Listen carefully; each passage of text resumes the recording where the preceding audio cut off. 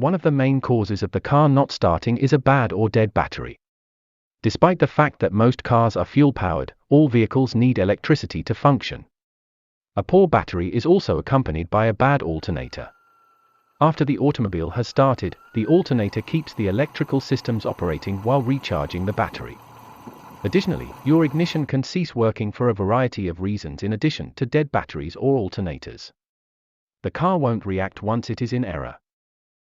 Here are other components you must consider: a bad ignition switch, spark plug, broken distributor cap, bad timing belt, clogged fuel filter, an empty fuel tank.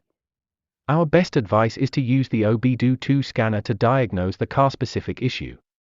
You may check our best recommended parts and devices in the description.